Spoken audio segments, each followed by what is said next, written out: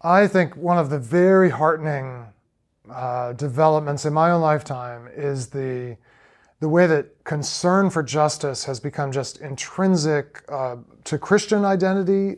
For most Christians in North America, they just instinctively care about justice in a way that unfortunately was not always true in the evangelical movement, at least.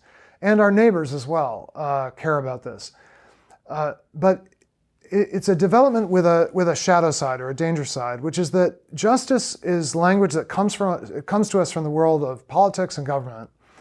And we live in an era of secularized politics and government. And many of our visions of justice are sometimes unknowingly quite secularized. That is, they're sort of slimmed down to what our secular neighbors and we can share as our conception of what justice is. And we have a lot in common with all of our neighbors who seek justice. And there's all kinds of ways we can partner with our neighbors and create structures of justice together with our neighbors without necessarily sharing the same faith.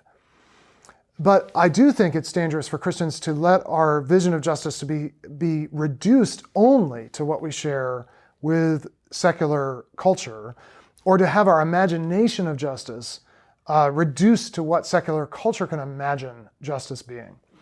And so I find it very helpful to ask, can you have justice without Jesus? And if what you mean is a very narrow procedural kind of fairness, I think there are ways to do that without having to have a Christian worldview or society. But what I know is you can't have Jesus without justice. If you meet Jesus, you meet someone who is intensely concerned for the plight of the vulnerable, for the undermining of the privilege of the powerful. Jesus, everywhere he went, in overt ways and in less obvious ways, was always an agent of justice, the right ordering of human relationships. And if you really want the right ordering of human relationships, if you really want the vulnerable to be cared for, and for the powerful not to be able to marinate in their privilege and use power to protect themselves at the expense of the vulnerable, I think you are going to need Jesus to be in that story. Because it is the story of Jesus, the gospel of Jesus, that gives us the grounding for recognizing the image of God in the vulnerable, for recognizing the distorted image breaking of the powerful.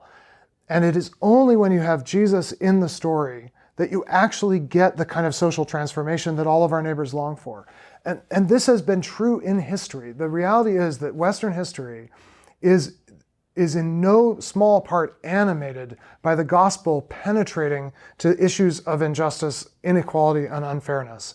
And until the gospel has that kind of leavening power, it's rare for movements of justice to arise. So you definitely can't have Jesus without justice, and I think in the long run, you can't have justice without Jesus either.